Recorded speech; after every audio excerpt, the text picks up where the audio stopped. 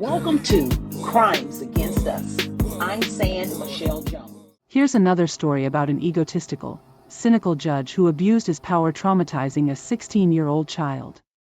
Judge Kenneth King is a judge in the 36th District Court, and he's the presiding judge of the Criminal Division in Detroit, Michigan. Judge King has made national news with his version of Scared Straight. He ordered a teen to be handcuffed and dressed in a jail uniform because she fell asleep in the courtroom while on a field trip. Let's take a look at the video. You fall asleep in my courtroom one more time, I'm putting you in the back, understood? You don't care? As soon as we bring the prisoner out, she can sit back there. A field trip to 36th District Court downtown Detroit this week turned into a Scared Straight simulation. A judge ordering a 16-year-old girl into jail clothes and handcuffs. You're not fazed by this at all, are you? Judge Kenneth King directing his questions to a 16-year-old girl who fell asleep twice in his courtroom, and when she woke, it was allegedly with an attitude, laughing and mocking. So why are you being disrespectful to this court? Yes, ma'am. You sleep at home in your bed, not in court. And quite frankly, I don't like your attitude. You can see at this point she's in jail clothes and handcuffs. The rest of the teens on the field trip behind her. They came with the nonprofit, the Greening of Detroit. How old are you? You're old enough to know better. What is your problem?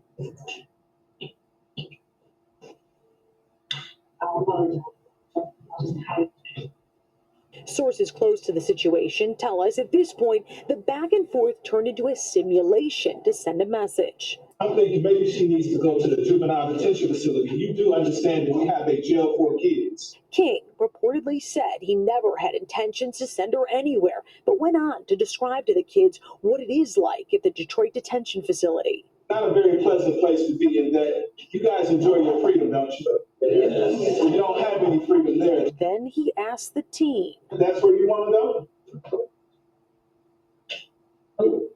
go? An actual attorney in the courtroom then steps in as if they were representing the teen. She's nervous, doesn't do well to you. Didn't want to necessarily speak today. I'm just tired.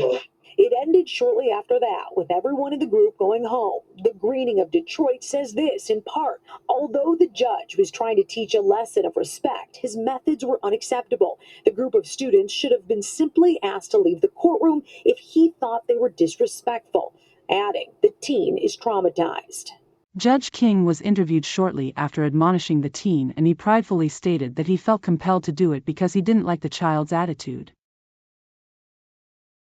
That's not something that normally happens, but I felt compelled to do it because I didn't like the child's attitude.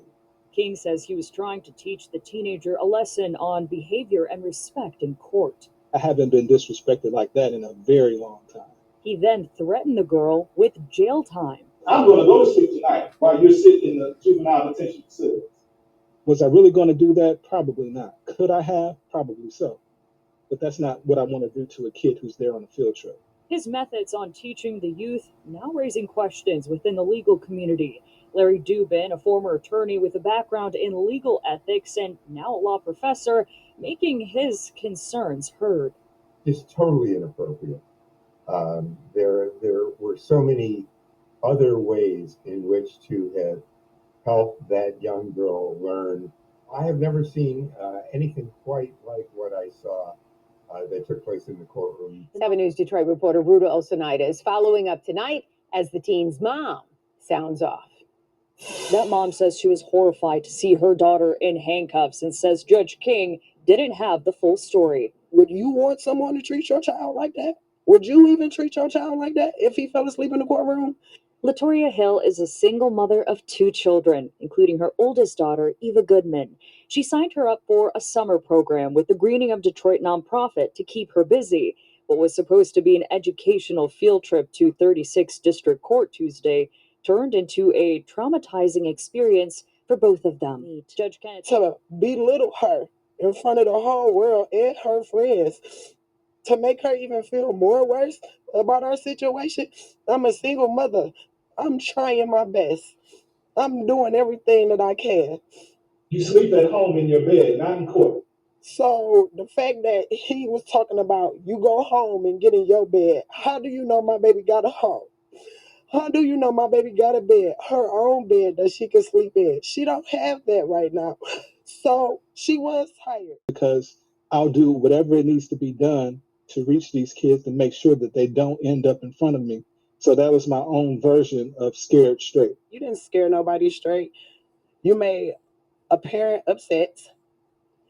You scared my child. She was nervous, didn't even know how to act. She'd never been inside no courtroom. Latoria, frustrated with how this was all handled, removed Eva from the summer program and stands up for her daughter now after she couldn't stand up for her in that courtroom. And my baby been struggling and she been held on tight. She been going to school.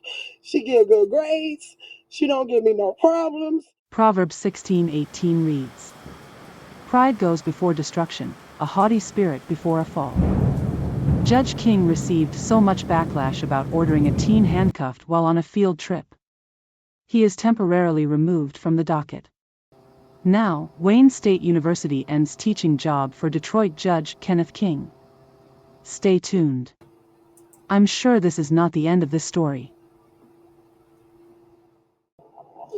We're told that Judge King reached out to the 16-year-old parent, offering mentorship moving forward. But as of today, we're told that Judge King and nobody else from the court will be talking at this point because of legal reasons.